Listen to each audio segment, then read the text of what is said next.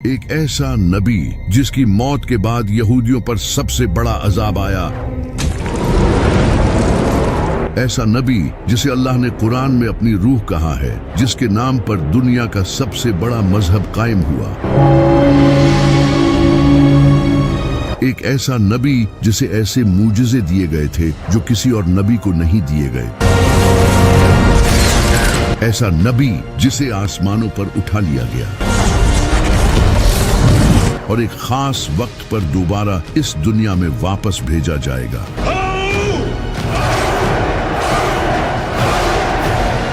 اس کا نام تھا حضرت عیسیٰ علیہ السلام۔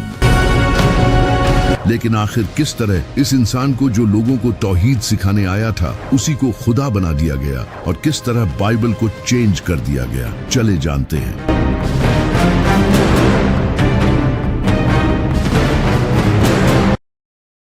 جب بنی اسرائیل کی حالت بہت ہی خراب ہو چکی تھی، ان کے اسکالرز کرپٹ ہو چکے تھے، انہوں نے کتابیں بدل دی تھی اور دنیاوی فائدے کے لیے دین بیچ رہے تھے۔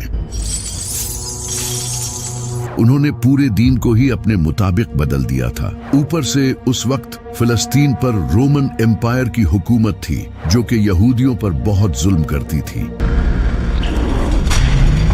وہ ان سے بھاری ٹیکس لیتے تھے، ان سب کی حالت بہت خراب تھی، لیکن ان کی کتابوں میں ایک مسیحا کے آنے کا ذکر تھا جو انہیں اس ظلم سے آزاد کرے گا۔ تو اس وقت یہودی اس مسیحا کا انتظار کرنے لگے۔ وہ سمجھتے تھے کہ ان کا یہ مسیحا کسی پاورفل بادشاہ یا ایک واریر کی شکل میں آئے گا،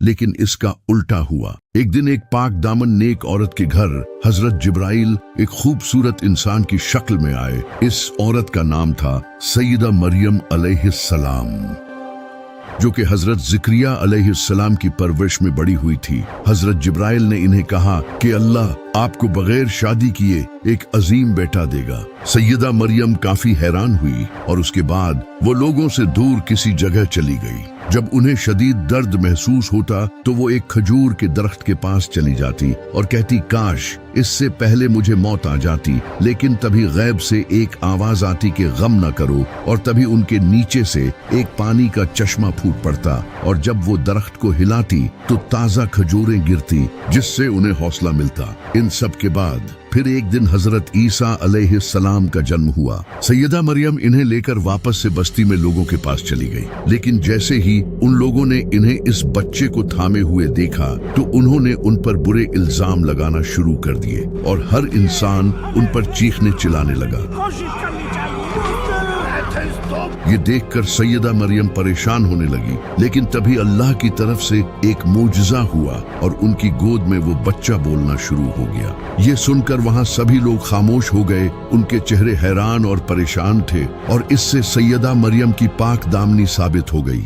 اس کے بعد سیدہ مریم نے حضرت عیسیٰ علیہ السلام کی پرورش کی۔ وہ بچپن سے ہی ایک نیک اور سادہ شریف انسان تھے۔ وہ کم کھانا کھاتے تھے، سادہ کپڑے پہنتے تھے اور اپنا زیادہ وقت عبادتوں میں گزارتے تھے۔ وہ مٹی کے پرندے بنا کر اللہ کی مدد سے انہیں زندہ کر دیتے تھے۔ ان کے پاس اتنا علم تھا کہ صرف 12 سال کی عمر میں ہی وہ اس وقت کے بڑے ٹیچرز کے ساتھ ایسی ڈیبیٹس کرتے تھے کہ ان کی عقل دنگ رہ جاتی تھی۔ اللہ نے انہیں کئی معجزے دیے تھے۔ جب حضرت عیسیٰ علیہ السلام تھوڑے بڑے ہوئے تو انہوں نے اللہ کا پیغام لوگوں تک پہنچانا شروع کیا۔ وہ لوگوں کو توحید سکھانے لگے اور حضرت موسیٰ علیہ السلام کے بتائے لاز سکھانے لگے جنہیں ان پریسٹ نے بدل دیا تھا، اور لوگوں کو ایک دوسرے کے ساتھ اچھائی کرنے کی تعلیم دینے لگے۔ جب لوگ ان کی نبوت پر شک کرتے تو وہ انہیں معجزہ دکھاتے۔ وہ اندھوں اور بہروں کو اللہ کی مدد سے بالکل ٹھیک کر دیتے تھے اور مردوں کو اللہ کی مدد سے زندہ کر دیتے تھے۔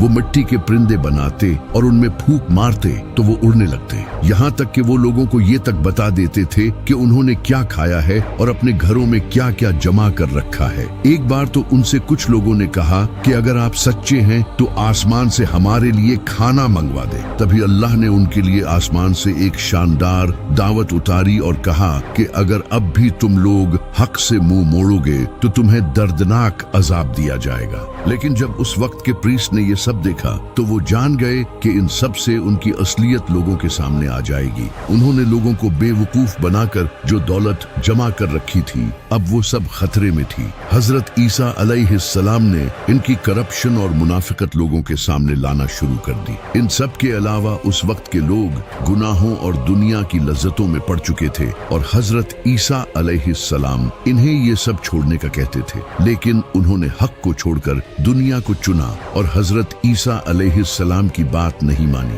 लोगों ने भी हजरत ईसा अलैहिस्सलाम के ये सब मूजिज़े देखने के बाद भी उनसे और मूजिज़ों की डिमांड की। हजरत ईसा अलैहिस्सलाम इनकी बातों से बहुत गुस्सा हुए कि इन सब मूजिज़ों के बाद भी तुम्हारे दिल हक को तस्लीम नहीं कर रहे, क्योंकि यहूदियों को ये लगता था कि उनका ये मसीहा एक पावरफुल बादशाह की सूरत में बड़ी फौज लेकर उन्हें बचाने आएगा। Free men!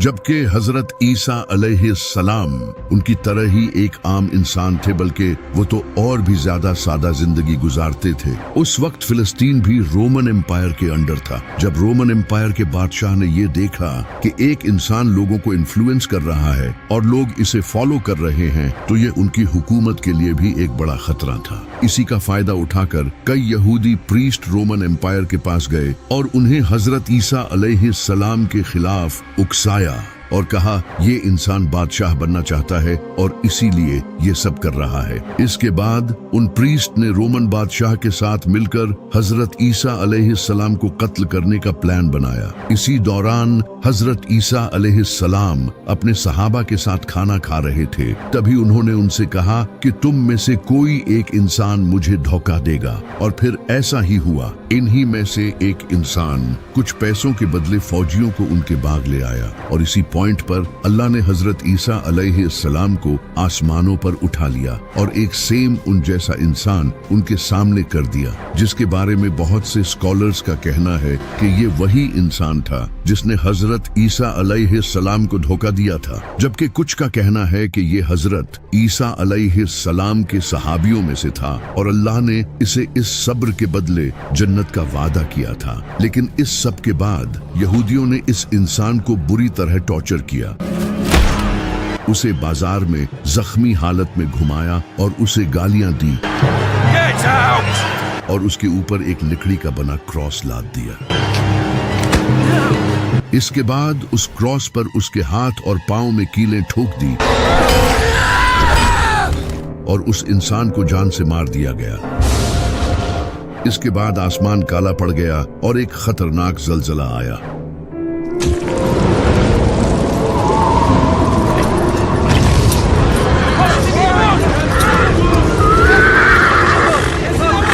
ये उन लोगों के लिए एक निशानी थी आने वाले अजाब की। लेकिन हजरत ईसा अलैहिस्सलाम को एक खास वक्त के लिए आसमानों पर उठा लिया गया है। अब वो दज्जाल का मुकाबला करने आएंगे, जिस पर हमने एक प्रॉपर वीडियो बनाई है। इस इंसान की मौत के बाद इनके साथियों के दरमियान डिस्कशन होने लग गई। इनके कुछ सहाबा ये मानते थे कि अल्लाह ने हजरत ईसा अलैहिस्सलाम को आसमानों पर उठा लिया है, जबकि कुछ का कहना था कि वो मर चुके हैं, जबकि कुछ का कहना था कि वो वापस आएंगे। इस तरह हजरत ईसा अलैहिस्सलाम के बारे में कहानियां फैलने लगी। एक फिरका हजरत ईसा अलैहिस्सलाम को अल्लाह का नबी मानता था, जबकि दूसरा फिरका इन्हें शहीद मानता था और तीसरे फिरके ने इन्हें अल्लाह का बेटा बना दिया। इस वक्त तक बाइबल एक बुक की फॉर्म में नहीं आई थी। लोगों को हजरत ईसा अलैहिस्सलाम की टीचिंग जुबानी याद थी और कुरान भी बिल्कुल ऐसे ही नाजिल हुआ था। आप सल्लल्लाहु अलैहि वसल्लम की वफात के कई साल बाद जाकर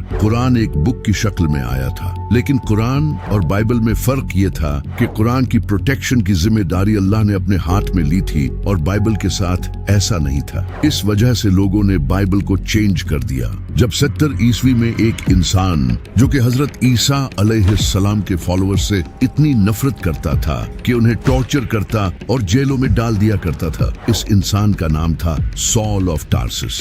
इसने काफी टाइम तक हजरत ईसा अलैहिस्सलाम के फॉलोअर्स को टॉर्चर किया था, क्योंकि हजरत ईसा अलैहिस्सलाम के ये फॉलोअर्स एक अल्लाह की इबादत करते थे और इन रोमन के झूठे खुदाओं की पूजा नहीं करते थे। इस वजह से हजरत ईसा अलैहिस्सलाम के इन फॉलोअर्स ने बहुत जुल्म सहा। लेकिन फिर एक दिन इसने क्लेम किया कि इसने ख्वाब में हजरत ईसा अलैहिस्सलाम को देखा है, जबकि इसने अपनी लाइफ में कभी हजरत ईसा अलैहिस्सलाम को देखा ही नहीं था। इसके बाद इसने अपना नाम चेंज करके पॉल द अपोस्टल रख लिया। इसने लोगों को ये बताना शुरू किया कि हजरत ईसा अलैहिस्सलाम कोई नबी नहीं बल्कि खुदा के बेटे थे। इसने ये आइडिया ग्रीक्स और रोमन से लिया था, जिनके झूठे खुदाओं के बेटे भी हुआ करते थे, जैसे हेराक्लस। इसने इन आइडियाज से अपनी एक अलग ही